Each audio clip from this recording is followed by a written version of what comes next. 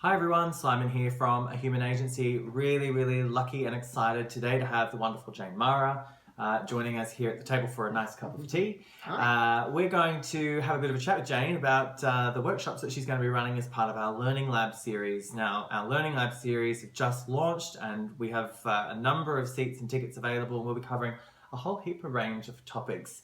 And Jane today is going to talk to her particularly on decision DNA, the power of the aha moment, which is one that I'm particularly fond of for obvious reasons. Well, that's right. Mindset of success and mindfulness at work.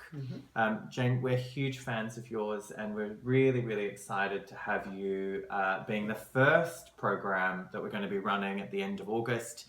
And so welcome to the AHA team and welcome to today. Thank you. Why don't you tell us a very quick sample of,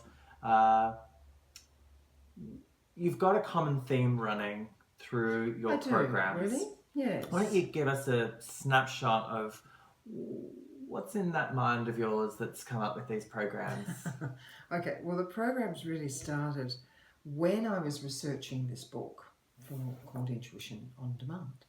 And I was talking with a whole range of different people, first of all business leaders, and then emergency workers, and then artists and entrepreneurs, even a bishop, who about how they made decisions.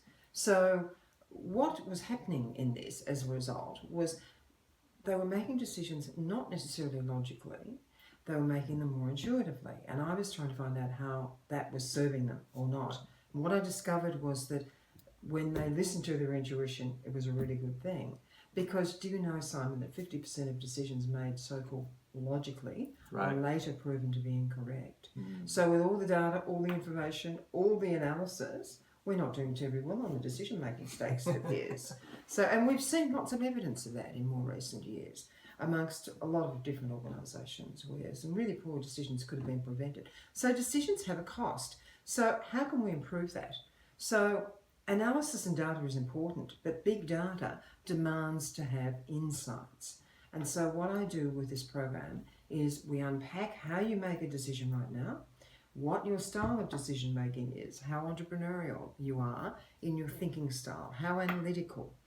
And then we look at the neuroscience of the brain, because did you know, Simon, that 7 seconds before you're conscious of a decision, you've actually made the decision. So that's an interesting one. So 95% of our thinking is actually happening behind the scenes that we're not aware of. And that's driven by a lot of things like beliefs, assumptions, values, a lot of things that I'm going to talk about in the workshop.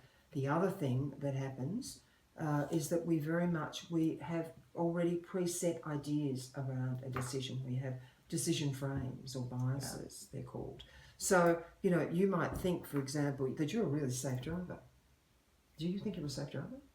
95% of the time, yeah. Okay, so an insurance company actually asked that question and said, how many of you think that you're safe drivers? And 86% of them said, we're very safe drivers. Well, the reality is that figure is not true. Half of those people are safe drivers. So we have a framework that we already start with.